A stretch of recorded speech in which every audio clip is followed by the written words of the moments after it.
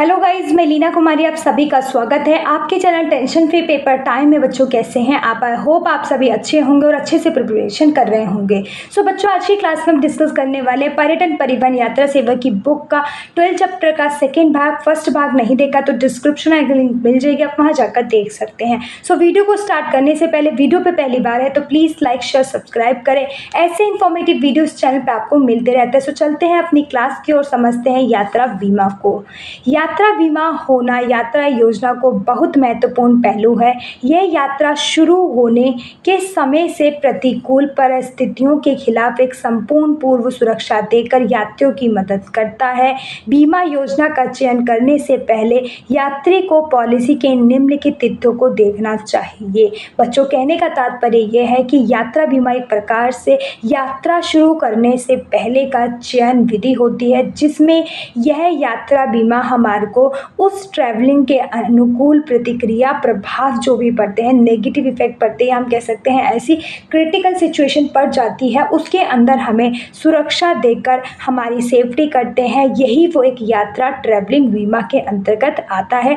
जब भी हम ट्रैवलिंग बीमा को चयन करते हैं तो कुछ चीज़ों का ध्यान रखना पड़ता है। वो कौन सी चीज़ें हैं उनको देखते हैं। पहला है उड़ान के मुद्दे के लिए मुआवजा। जब भी हम उड़ान बीमा या फिर हम हेलीकॉप्टर से जा रहे हैं तो उसमें हमें क्या मुआवजा मिलता है, क्या चीज़ों का ध्यान रखता है, उसे समझते हैं। एक यात्रा बीमा पॉलिसी आपको कुछ मामलों में मुआवजा प्रदान करती है, मतलब कि छूट प्रदान करती है, जिसमें उड़ान में देरी या रद्द करना शामिल है।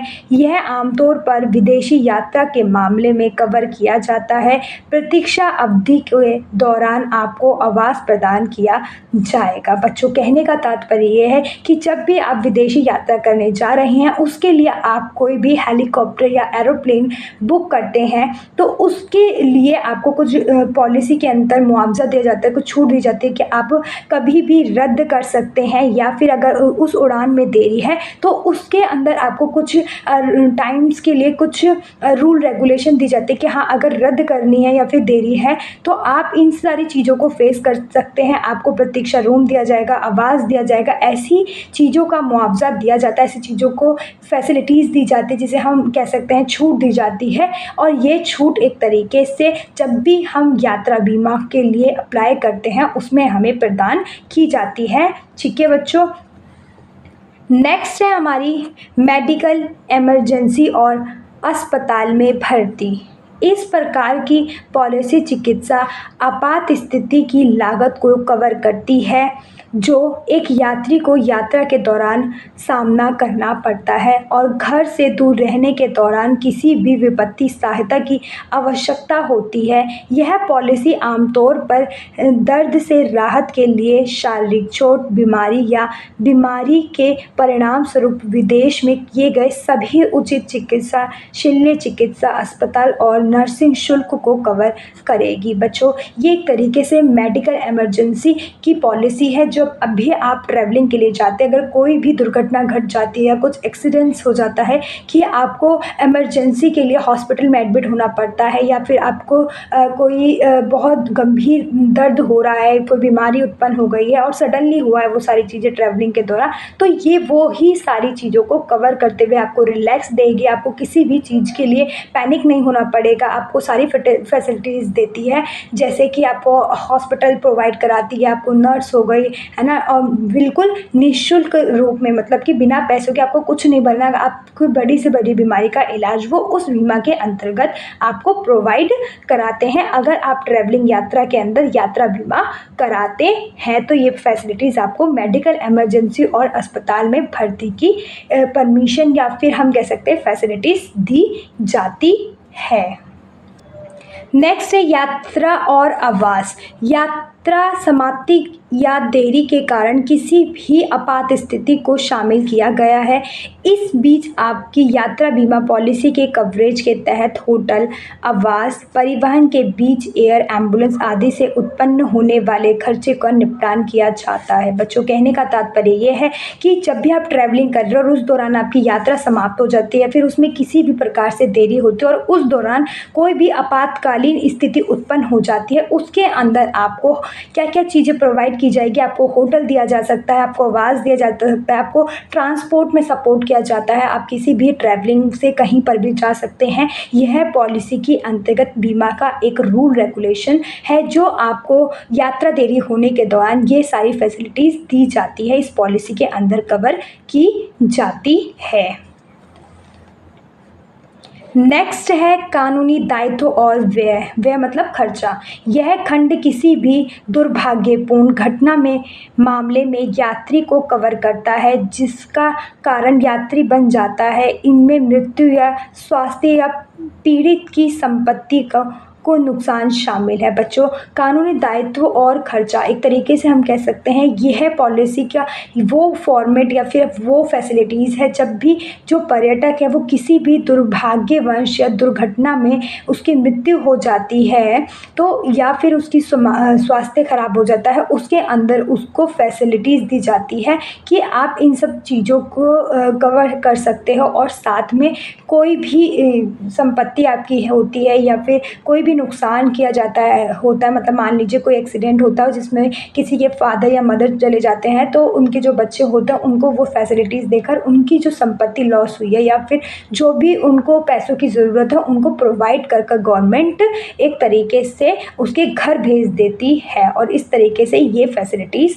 दूसरा पहलू है। यात्रा बीमा का लाभ।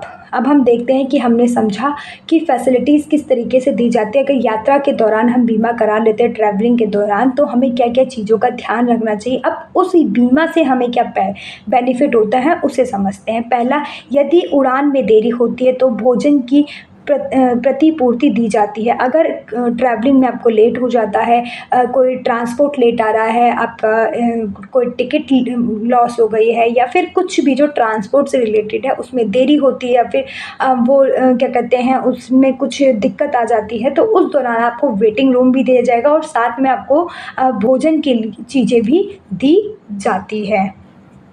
नेक्स्ट है पासपोर्ट खो जाने की स्थिति में त्वरित सहायता प्रदान की जाती है। और अगर आप ट्रैवलिंग कर रहे हो और ट्रैवलिंग करते करते आपका पासपोर्ट खो जाता है तो भी आपको सहायता प्रदान की जाती है। आपको दोबारा से उसको बनवा दिया जाता है या फिर आपके कुछ डॉक्यूमेंट्स होते हैं वो सारी चीज़ें कंप्यूटर वाइज निकाल ली जाती है और उसमें आपको सहायता दी जाती है। आपको लंबी लंबी लाइनों में या दोबारा से क्या कहते हैं कोऑर्डिनेट नहीं करना पड़ता पासपोर्ट के लिए, तो आपको वहीं पर जाकर आप डायरेक्टली अपने पासपोर्ट खो जाने की स्थिति में आप उनको बता देते हैं और पॉलिसी में ये आ जाता है तो वो आपको सपोर्ट करते हैं। नेक्स्ट है ज़रूरत पड़ने पर आपातकालीन चिकित्सा सहायता प्रदान की जाती है। अगर कोई भी आपातकालीन स्थिति उत्पन्न हो जाती है और आपको चोट हो लग जाती है, कोई दुर्घटना घट जाती है, उसमें आपको चिकित्सा की चीज़ें आपको सहायता प्रदान करती है या फिर हम कह सकते हैं दी जाती है। नेक्स्ट है सामान खो जाने की स्थिति में बुनियादी आवश्यकताएं प्रदान की जाती हैं। अगर आपका सामान खो जाता है ट्रैवलिंग के दौरान या आगे पीछे हो जाता है तो वो आपको सपोर्ट करते हैं। अगर खो जाता है तो वो आपको आपकी जो भी ज़रूरत चीज़ें हैं वो आपको प्रोवाइड कराते हैं और आगे पीछे हो गया ट्रैवलिंग के दौरान तो वो आपको आपके जगह पर जाकर या फिर हम कह सकते हैं जहाँ पर चेकिंग होती है वहाँ पर आपको अनाउंस कर बुला लिया जाता है। नेक्स्ट है आपात के मामले में घर वापस जाना जल्दी हो जाता है। अगर मान लीजिए कोई भी आपातकालीन स्थिति उत्पन्न हो जाती है, आपात आ जाता है, भूकंप हो जाता है, ऐसी जो भी आपात जैसी स्थिति उत्पन्न हो जाती है उस दौरान आपकी यात्रा बीमा के अंतर्गत आपको आवास जाने के लिए घर जाने के लिए ट्रांसपोर्ट प्रोवाइड करा दिया जाता है और आप आराम से अपने घर जा सकते हैं। नेक्स्ट है कुछ देशों में यात्रा करने के लिए यात्रा बीमा लेना अनिवार्य है। ऐसे बहुत सारे देश हैं जहां पर आपको यात्रा बीमा कंपलसरी हो जाती है कि आपको करानी पड़ेगी, तभी आप उस देश में जा सकते हैं। नेक्स्ट है ट्रैवल कंपनी के दिवालिया होने की स्थिति में उन्मुक्त प्रदान की जाती है। अगर मान लीजिए कोई भी ट्रैवल कंपनी होती है तो अगर वह उसका दिवालिया मतलब एक तरीके से वो ख़त्म हो जाती है और आपकी पॉलिसी अभी उसके अंतर्गत है उस समय ड्यूरेशन के अंदर तो वो आपकी मानी जाएगी। नेक्स्ट है यात्रा को आर्थिक बनाता है, यात्रा को आर्थिक बनाता है। अगर आपको यात्रा के दौरान कोई पैसों की कमी पड़ जाती है तो वो आपको सपोर्ट कर दिया जाता है। आप एक जब भी पॉलिसी बनती है आपको कार्ड दे दिया जाता है, आप उस कार्ड को दिखाकर कहीं से भी आर्थिक स्थिति किसी भी बैंक से या एटीएम से हेल्प ले सकते हैं। नेक्स्ट है न्यूनतम लागत पर अधिकतम कवरेज देता है, मतलब आपको एक तरीके से एक पूरा होल पैकेज दे दिया जाता है, जो भी चीज़ आपकी रिक्वायरमेंट होती है और आपको वो ज़्यादा पैसों पे नहीं मिलता बल्कि कम पैसों में बहुत सारी फैसिलिटीज़ मिल जाती है यात्रा बीमा के अंतर्गत। और इस प्रकार से हम कह सकते हैं ये सारी फैसिलिटीज़ हमें यात्रा बीमा के अंतर्गत मिलती है। सामान और हवाई अड्डे की जानकारी बच्चों, इसके अंदर हम पढ़ने वाले हैं कि किस तरीके से जब भी हम एयरलाइन या किसी भी हवाई अड्डे का प्रयोग करते हैं तो वहाँ पर जो सामान लेकर जाया जाता है और हवाई अड्डे जो हम क्या कहते हैं एयरपोर्ट पर रुकते हैं उसकी क्या जानकारी एक पर्यटक को होनी चाहिए और क्या क्या सामान लेके जाना चाहिए, उसके बारे में हम इस टॉपिक में डिस्कस करने वाले हैं। पहला है हवाई अड्डे पर बैगेज हैंडलिंग में कुछ हाई ट्रैक डिवाइस से लदे महत्वपूर्ण कदम शामिल थे। यात्रियों को संतुष्ट और सेवा से संतुष्ट रखने के लिए प्रणाली को उचित रूप से प्रतिबंधित किया जाना चाहिए। बच्चों, कहने का तात्पर्य ये है कि जब भी कोई पर्यटक किसी भी एयरलाइन का प्रयोग करते किसी भी एयरपोर्ट पर उतरता है तो उसके पास बहुत सारा सामान होता है, उसके अंदर बहुत सारे चीज़ें होती है और ऐसी बहुत सारी चीज़ें होती है जो एयरप्लेन में नहीं लेके जाया जा सकता। तो जो भी बैगेज हैंडलिंग होते हैं उनको हैंडल करने पे लिए एक हाई ट्रैक डिवाइस पर उन्हें लादा जाता है और चेकिंग की जाती है। देन उसके बाद उसे उस हेलीकॉप्टर में या फिर एरोप्लेन में लेकर जाया जा सकता है। इस चीज़ के लिए एक तरीके से ऐसी प्रणाली पर्यटकों के सामने प्रस्तुत करनी चाहिए जो उनकी सेवा को, जो भी उन्हें सर्विसेज प्रदान की जा रही है एक बैगेज को लेकर जाने तक की या फिर उसको चेक करने की, वो अच्छी और संतुष्ट होनी चाहिए। ऐसा प्रतिबंध किया जाना चाहिए हर एक हवाई अड्डे पर। नेक्स्ट है कन्वेयर स्वचालित स्कैनर या गंतव्य कोडिंग। वाहन की अनुपस्थिति में इसे प्राप्त करना असंभव है। यह 21वीं सदी के उपकरण है जैसे कि प्री प्रेस उपकरण या CTP, जिसके बिना हमारे जीवन में गति नहीं होती। बच्चों, कहने का तात्पर्य ये है कि हम किसी भी गंतव्य या किसी भी पर्यटन में जा रहे हैं एरोप्लेन से, उसके अंदर हम भी एयरपोर्ट पर जब भी उतरते हैं तो कन्वेयर या स्वचालित स्कैनर होते हैं हमारी चीज़ों को स्कैन करने के लिए, हमारे सामान जो भी होता है उसको हैंडल करने के लिए। और इस तरीके से उसके अंदर कुछ पर्यटक कोडिंग रखते हैं उस वाहन के अंदर कि आप कहीं पर भी जा रहे हैं, अगर कोई इमरजेंसी होती है तो वो ऑटोमेटिकली अलार्म बज जाए। तो ऐसी चीज़ों को ध्यान रखने के लिए आज के 21वीं सदी में कुछ उपकरण आ गए हैं, हम कह सकते हैं कुछ गैजेट्स आ गए हैं जैसे कि प्री प्रेस और CTP।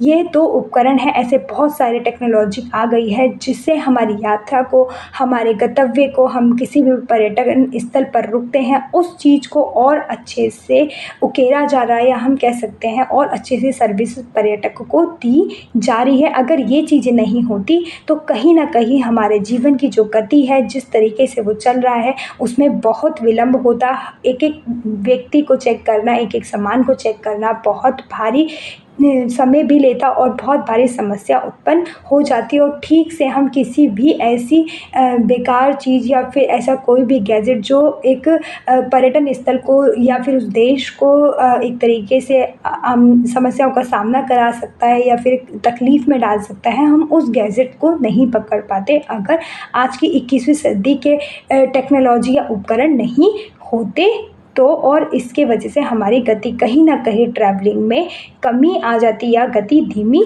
हो जाती।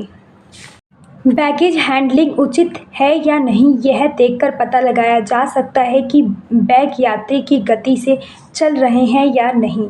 ऐसी स्थितियों में जहां सामान मालिक की तुलना में धीमी गति से यात्रा कर रहा है, यात्रियों को परेशान करेगा क्योंकि उन्हें अपने बैग के लिए बहुत लंबा इंतज़ार करना पड़ता है। अगर सामान समय पर कनेक्टिंग फ़्लाइट छूट जाता है तो स्थिति और ख़राब हो सकती है। बच्चों, कहने का तात्पर्य ये है कि बैगेज हैंडलिंग एक तरीके से उचित है या ठीक है या नहीं है, ये हमें तब पता चलता है जब पर्यटक पहले पहुंच जाता है और उसका सामान भी साथ पहुंच जाता है, तो समझ आ जाता है कि हाँ, हमारी बैगेज हैंडलिंग परफेक्ट है। अगर सामान पहले पहुंच जाता है, पर्यटक बाद में पहुंचता है, या हमारा पर्यटक पहले पहुंच जाता है, सामान बाद में पहुंचता है, तो ये दोनों ही परिस्थिति के अंदर पर्यटक को बहुत सारी समस्याओं का सामना करना पड़ सकता है। जैसे उसे इंतज़ार करना पड़ सकता है, या फिर उसका सामान मिसमैच हो सकता है, खो सकता है, तो उसे बहुत सारी समस्याओं का सामना करना पड़ सकता है। अगर हमें बैगेज हैंडलिंग करनी है तो हमें अच्छे से हो सकता है कि हाँ, वहाँ की जो पोर्ट होते हैं वहाँ पर वो अच्छे से व्यवस्थित करें, और हमारी गवर्नमेंट उस पर अच्छे से पैसे कंज्यूम करे।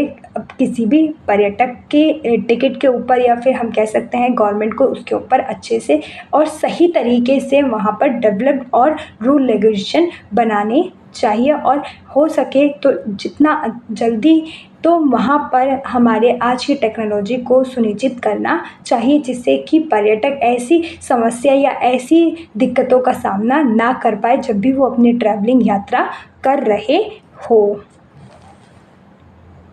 नेक्स्ट है इसके विपरीत, यदि बैग बहुत तेज़ गति से चलते हैं तो भी यात्रियों को जलन महसूस होगी। ऐसी संभावना है कि सामान कन्वेंटिंग फ़्लाइट तक पहुंच जाता है लेकिन यात्री चूक जाता है। इस प्रकार इसे रोकने के लिए पर्याप्त संतुलन होना चाहिए।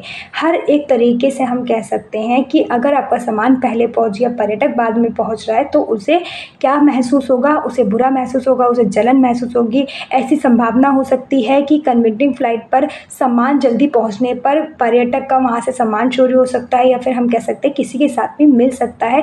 तो हमारे किसी भी एयरपोर्ट पर एक तरीके से संतुलन होना चाहिए कि पर्यटक और उसका बैग हैंडलिंग की प्रक्रिया एक साथ ही चले, और वह अपने सामान को सही समय पर, सही टाइम पर, जब उसकी एरोप्लेन आ जाती है, या हम कह सकते हैं जब भी उसका टाइमिंग हो उसकी ट्रांसपोर्ट का, तो उसे मिल जाए। नेक्स्ट है बैगेज हैंडलिंग सिस्टम के अनिवार्य रूप से 3 मुख्य उद्देश्य है। अनिवार्य मतलब एक ज़रूरी कंपल्सरी चीज़ है। अगर हम बैगेज हैंडलिंग सिस्टम को अच्छे से या सही उद्देश्य से सुनिश्चित करते हैं कि हाँ, होना ज़रूरी है, तो बहुत सारी चीज़ों पे इफ़ेक्ट पड़ता है। क्या इफ़ेक्ट पड़ता है और क्या उद्देश्य कि इसे अच्छे से मैनेज करा जाना चाहिए। जैसे सामान को चेक इन क्षेत्र से प्रस्थान द्वार तक स्थानांतरित करने की आवश्यकता है। जब भी कोई पर्यटक आता है, उसका सामान चेक किया जाता है और उस स्थान से उस स्थान तक पहुंचता है जहां पर उसकी फ्लाइट लैंड होने वाली है या आने वाली है। उसका सामान सही समय पर उस जगह पर पहुंच जाने वाली अवस्था या आवश्यकता की प्रक्रिया एक एयरपोर्ट पर होनी कंपल्सरी मानी जाती है। नेक्स्ट है बैग को एक गेट से दूसरे गेट पर शिफ्ट करना होता है। यह भी एक तरीके से हम कह सकते हैं, कोई भी हमारा बैग है, हम एक गेट से दूसरे गेट में जा रहे हैं। जिस तरीके से मेट्रो में 2 गेट होते हैं, ऐसे ही हमारे के लिए भी अलग अलग एयरपोर्ट होते हैं। तो बिहाफ कि आपने कहीं पर चेक इन किया, कहीं पर आउट किया, तो इस तरीके से हमारे सामान जो होता है एक गेट से दूसरे गेट में शिफ्ट करना भी एक अनिवार्य उद्देश्य कि हम इसके द्वारा, बैगेज हैंडलिंग द्वारा, हम उसको आसानी से कर सकते हैं। नेक्स्ट है आगमन द्वार से बैग को सामान दावा काउंटर पर स्थानांतरित करना। बच्चों, कहने का तात्पर्य ये है कि आप जब भी एंटर करते किसी भी एयरपोर्ट पर जाते हैं, तो उसमें जब भी एंटर करेंगे और जहाँ पर काउंटर है वहाँ तक का पहुँचने में जो भी गैपिंग है, उसमें आपका सामान आसानी से और सही तरीके से सुरक्षित रूप से वहाँ पहुँचाना एक तरीके से बैगेज हैंडलिंग सिस्टम की प्रक्रिया से आसान और सरल हो जाता है। नेक्स्ट है बचे हुए सामान में जब यात्री एयरपोर्ट पर होते हैं तो सामान उनके पास रहता है। हालांकि इस बात को नज़रअंदाज नहीं किया जा सकता कि हर हवाई अड्डे की अपनी ज़रूरत होती है। यात्री द्वारा चेक इन से गेट तक जाने में लगने वाला समय विभिन्न हवाई अड्डों पर विभिन्न हो सकता है। बच्चों, कहने का तात्पर्य ये है कि हर एयरपोर्ट पर हर सामान को ले जाने में और आने में, एक गेट से दूसरे तक पहुंचने में अलग अलग समय लग सकता है। क्यों? क्योंकि कहीं पर एयरपोर्ट काउंटर का जो होता है वो दूर होता है, कहीं पर छोटे एयरपोर्ट होते हैं उसके बिहाफ पर वो पास होता है।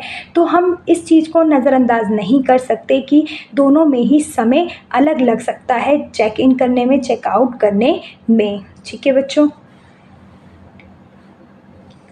नेक्स्ट है, कुछ हवाई अड्डों पर यह सिर्फ एक पैदल दूरी है जहां अन्य यात्रियों को ट्रेन लेनी पड़ी सकती है। यात्रियों द्वारा उपयुक्त टर्मिनल तक पहुंचने में लगने वाले समय के अनुसार यात्री को समान यात्रा करता है। सामान्य तौर पर बैगेज हैंडलिंग सिस्टम में बैग को स्थानांतरित करने के लिए कुछ उल्लेखनीय प्रौद्योगिकीकरण शामिल होते हैं। बच्चों, कहने का तात्पर्य ये है कि कुछ ऐसे हवाई अड्डे होते हैं जहां पर सिर्फ कुछ ही दूरी पर पैदल जाकर आप अपने सामान को ले जाकर आप उस एयरपोर्ट पर पहुंच सकते हैं, परंतु कुछ ऐसे एयरपोर्ट होते हैं जहां पर आपको क्या कहते हैं, ट्रेन लेनी पड़ सकती है अपने सामान के साथ वहां तक पहुंचने में। परंतु आज अगर हम बात करें तो आज एक तरीके से बैगेज सिस्टम हैंडलिंग की प्रक्रिया आ गई है। इसके अंदर कुछ ऐसे चीज़ें शामिल हो गई, ऐसे उपकरण शामिल, टेक्नोलॉजी हो गई कि आपका जो भी सामान है उसको उस सिस्टम के द्वारा, उस उपकरण के द्वारा दूसरे जगह पर या दूसरे जहाँ एयरपोर्ट काउंटर है वहाँ तक आसानी से और बिना उठाए उन उपकरणों की सहायता से पहुँचाया जा सकने वाली ही प्रक्रिया हमारी बैगेज हैंडलिंग सिस्टम की प्रक्रिया है। साथ ही किसी भी मैनुअल हस्तक्षेप, मैनुअल मतलब आप इंडिविजुअल रूप से या फिर हम कह सकते हैं खुद कर रहे हैं, उस चीज़ में आप खुद से अपने आप को इन्वॉल्व कर अपने सामान को एक जगह से दूसरी जगह लेकर जा रहे हैं, ठीक है, तो आवश्यकता नहीं है। और सामान को चेक इन और काउंटर से स्वचालित तरीके से प्रस्थान द्वार पर स्थानांतरित कर दिया जाता है। निम्नलिखित कदम शुरू किए गए हैं। हम कैसे, तात्पर्य बच्चों ये है कि आप मैनुअली तरीके से आप अपने आप को इन्वॉल्व करते अपने सामान को एक जगह से दूसरी जगह भी ले जा सकते हैं, परंतु यह प्रक्रिया एक तरीके से उपकरण की सहायता से बड़ी इजी कर दी गई है, जहां पर आप अपने सामान को चेक इन काउंटर से स्वचालित कर आप जहां पर आपका एयरपोर्ट का एयरलाइन है आप वहां तक आराम से लेके जा सकते हैं। ऐसी कुछ व्यवस्थाएं या फिर हम कह सकते हैं ऐसे कदम शुरू किए गए हैं हर एक तरीके से अलग अलग एयरपोर्ट पर। नेक्स्ट है, प्रारंभ से गंतव्य कोडिंग वाहन या स्वचालित गाड़ियां बैगों को लोड और अनलोड करती है। यह बिना किसी मानवीय हस्तक्षेप के और यह बिना रुक जारी है। बच्चों, कहने का तात्पर्य ऐसे बहुत सारे गंतव्य हैं जहां पर कोडिंग वाहन होते हैं, वो आपको एक सामान को गाड़ियों में डाल कर लोड कर एक जगह से दूसरी जगह करती है। इसमें किसी भी मनुष्य को, किसी भी पर्यटक को खुद से हस्तक्षेप करने की ज़रूरत नहीं होती है। नेक्स्ट है, अगला काम स्वचालित स्कैनर का है जो बिना किसी मैनुअल मदद के फिर से सामान पर लगे लेबल को स्कैन करता है। बच्चों, कहने का तात्पर्य ये है कि अगर हम अगला काम को स्वचालित स्कैनर के द्वारा कर सकते हैं, हर एक बैग के ऊपर कुछ स्कैन होता है, कह सकते हैं उस स्कैन के अंदर उस व्यक्ति का, उस पर्यटक का नाम होता है, उसको स्कैन कर आपको मैनुअली नहीं करना पड़ेगा, आपको देखना नहीं पड़ेगा कि हाँ आपको लिखना पड़ रहा है, नाम लिखना पड़ रहा है, उसका पता लिखना पड़ रहा है, देन आप उसकी आईडी से मैच करना पड़ना है, वो नहीं करना पड़ेगा।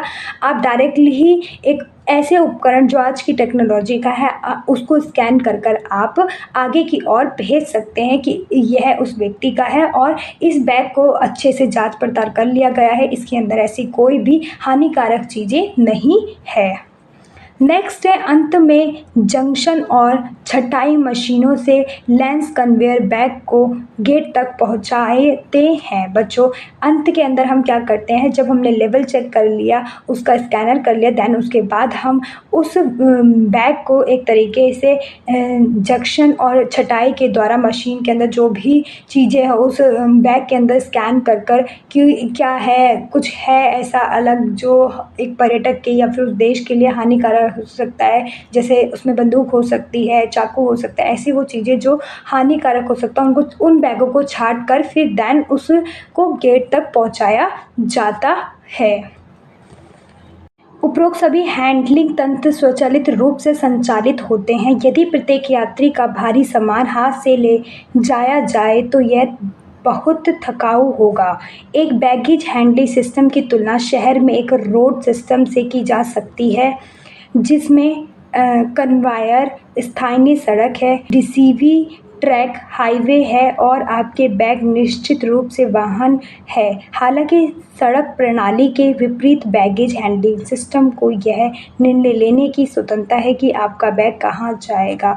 बच्चों, कहने का तात्पर्य ये है कि अगर हम हैंडलिंग तंत्र आज इतनी स्वचालित रूप से चल रही है, ठीक ढंग से संचालित की जा रही है, अगर कोई भी पर्यटक अपने बैग को इंडिविजुअली खुद से उठाता है या फिर हम कह सकते हैं मैनुअली हस्तक्षेप कर वो अपने बैग का सामान जो है एक जगह से दूसरी जगह लेकर जाता है, तो ये बहुत थकाऊ होगा। परंतु अगर बैगेज हैंडलिंग की व्यवस्था अगर हम शहर में कर देते हैं, और आज शहर इतना कन्वीनियंट है कि वहाँ पर सारी चीज़ों का ट्रैक बनाया जा सकता है कि आपका सामान आपका एक जगह से दूसरी जगह आसानी से ले जाया जा सके, और साथ ही एक तरीके से बैगेज हैंडलिंग सिस्टम को यह अधिकार होता है कि वह आपका सामान कहाँ से कहाँ तक उतारे। ये उनके हक में, या हम कह सकते हैं उन्हें पता होता है। क्योंकि वह एक तरीके से जब भी आप रजिस्टर्ड करते हो, टिकट बुक करते हो, तो उन्हें पता होता है, क्योंकि आप जब भी अपनी टिकट बुक करते हैं तो उस पर मेंशन होता है। नेक्स्ट है अनियंत्रित सामान। यात्री विमान में कैबिन बैगेज का एक टुकड़ा और व्यक्तिगत उपयोग की वस्तुएं को ले जाने का हकदार होगा।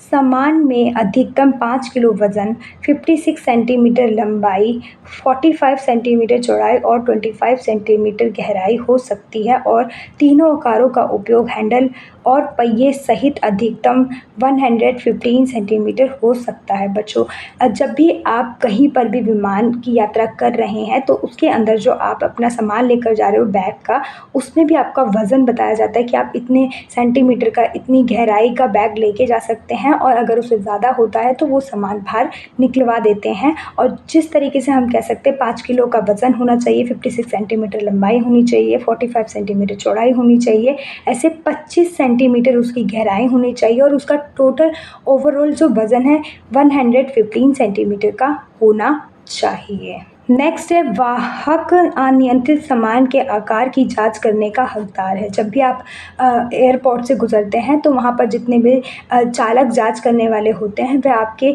अनियंत्रित सामान, अगर उन्हें डाउट होता है तो उनकी जांच करने का उनके पास राइट्स होता है। नेक्स्ट है चेक ना किया गया सामान। यात्री के सामान वाली सीट के नीचे की जगह में या ओवरहेड बिन में फिट होना चाहिए। जब भी आप चेक इन करते हैं किसी भी एयरलाइन में, तो आपका जो सामान चेक नहीं हुआ वो या तो सीट के नीचे होना चाहिए या फिर ओवरहेड बिन में आपका वो सामान शिफ्ट होना चाहिए।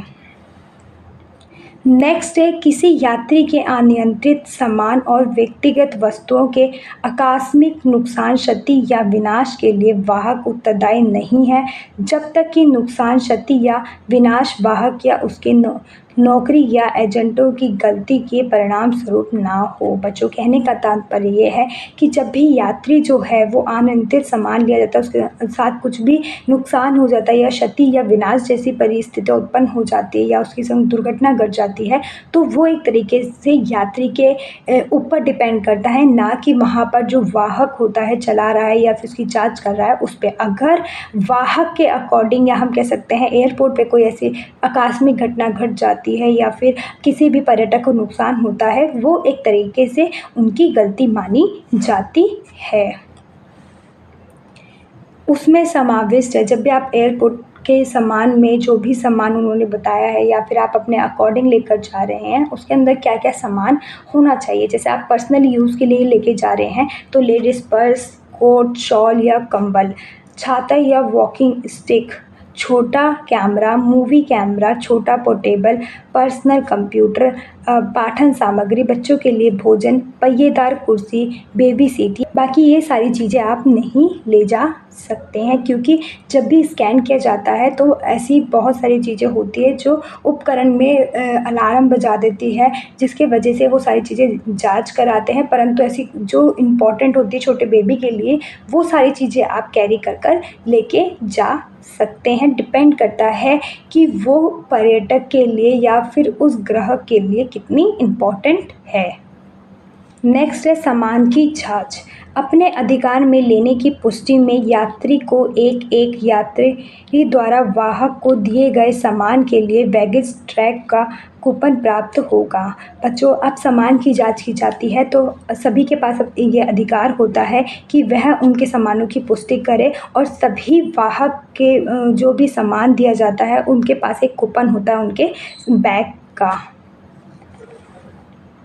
नेक्स्ट है, वाहक उस सामान के लिए उत्तरदायी नहीं होगा जो आगमन के तुरंत बाद एकत्र नहीं किया जाता है। बच्चों, कहने का तात्पर्य ये है कि जैसे ही कोई भी पर्यटक एयरपोर्ट पे ट्रांसफ़र होता है या फिर हम कह सकते हैं पहुंचता है और जैसे ही वो एंटर करता है तो उसके पास जितना भी सामान होता है वही काउंट होता है, परंतु अगर वो वापस जाकर और फिर से कुछ सामान लेकर आता है और उसमें ऐड करता है तो वो ऐड नहीं होता है। नेक्स्ट है हमारा, चेक किए गए सामान को विमान के कार्गो डिब्बे में एक नियम के रूप में यात्री के सामान विमान द्वारा ले जाया जाएगा। बच्चों, कहने का तात्पर्य ये है कि जब भी चेक इन की जाती है तो चेक इन के अंदर जो भी पर्यटक का सामान होता है उसको विमान के कार्गो डिब्बे में रखा जाता है और उसी नियम के अनुसार उस यात्री को विमान के द्वारा दिया जाता है। नेक्स्ट है, अंदर और बाहर से ले जाने से पहले या गाड़ी की स्वीकृति के लिए प्रत्येक सामान की यात्री के नाम के बैज से सुसज्जित किया जाना चाहिए। बच्चों, जब भी अंदर बाहर या पर्यटक की एयरपोर्ट पर उतरता है तो जो उसका सामान है उसे अंदर बाहर ले जाने के दौरान गाड़ी में जब भी ट्रांसफ़र किया जाता है तो उस पर्यटक को जो उसके ऊपर कूपन उसे मिला जाता है उसके नाम से उसे बुलाकर दिया जाता है। और इस तरीके से हमारा ये चैप्टर कंप्लीट हो जाता है। कोई डाउट हो तो कमेंट बॉक्स में कमेंट कर सकते हैं। थैंक यू बच्चों।